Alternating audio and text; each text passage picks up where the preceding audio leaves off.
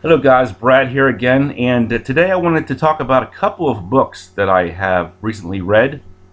My wife got me these two books. I believe she thinks that I may have some characteristics of Asperger's syndrome, so she bought me these two books, and I finished reading both of them, so I thought I would share that with you today.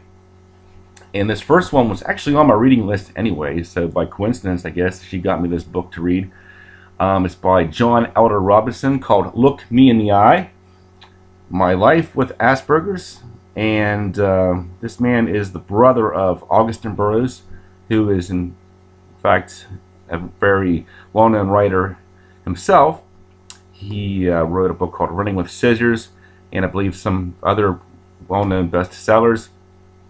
He mentioned his brother in his books, so people, when they found out that his brother had Asperger's, they wanted to hear his story, so he ended up writing a book about his life, and I thought it was a pretty good story.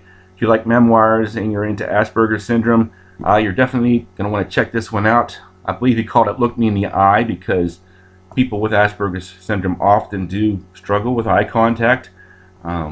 He mentioned his childhood, talked about dropping out of school. He ended up getting a job with the band Kiss, going on tour with Kiss, helping to design special effects with Ace Frehley and his guitars. He worked with Milton Bradley and helped to develop some of the early stage electronic games like Super Simon and Microvision. He ended up starting his own car company, fixing up high-end automobiles. So it's an inspirational book, proving that having Asperger's isn't really a disability. It's just a different way of perceiving the world, and to some extent it could actually help you out in life. I thought this was a pretty good book.